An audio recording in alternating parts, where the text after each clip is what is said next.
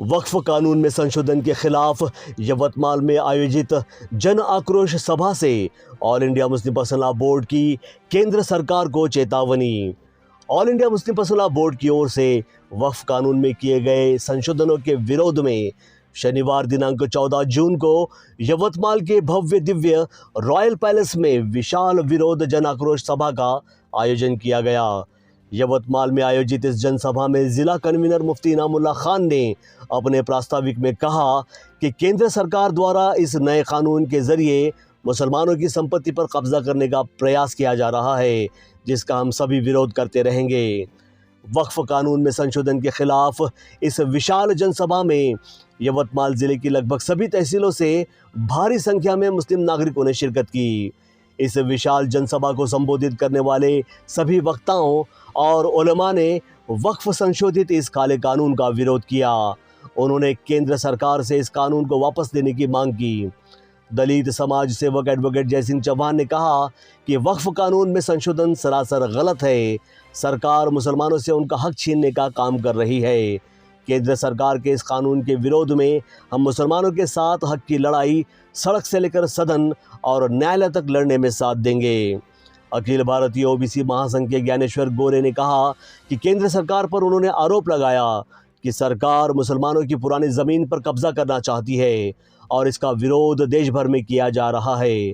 मिर्ज़ा गालिब के शेर का हवाला देते हुए उन्होंने कहा कि सरकार के इस नए कानून के ख़िलाफ़ अभी आंदोलन की शुरुआत हुई है, जो आने वाले दिनों में एक बड़े आंदोलन का रूप लेगा।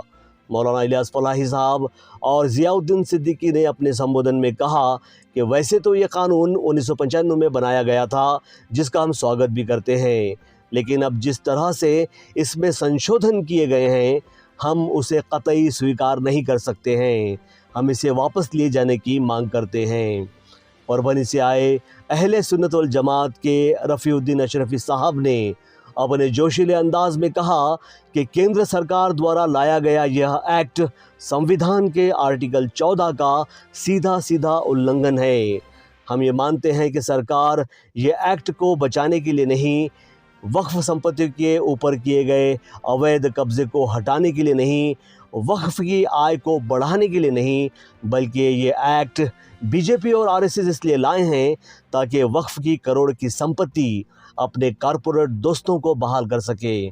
उन्होंने कहा कि अभी तक मुसलमान चुप था, लेकिन 13 जुलाई के पहले चरण के आंदोलन ख़त्म होने तक अगर सरकार ने इस कानून को वापस नहीं लिया तो सरकार को गंभीर खामियाजा भुगतने की चेतावनी दे डाली। इस जन आक्रोश सभा की अध्यक्षता कर रहे मौलाना उमरैन महफूज रहमानी साहब ने कहा कि अगर हुकूमत इस काले कानून को वापस नहीं लेगा तो शाहीन बाग की तर्ज पर जगह जगह विरोध प्रदर्शन किया जाएगा और मुसलमानों से कहा कि जालियनवाला बाग को याद रखें। अगर सरकार जनरल डायर की तर्ज पर जालियनवाला बाग की तरह गोलियां बरसाएगा तो याद रखो कि तुम्हारी गोलियां ख़त्म हो जाएगी, लेकिन हमारे सीने ख़त्म नहीं होंगे। बोर्ड के राष्ट्रीय सचिव मौलाना उमरैन ने आगे कहा कि वक्फ संशोधन अधिनियम 2025 के खिलाफ प्रदर्शनों की श्रृंखला जारी रहेगी।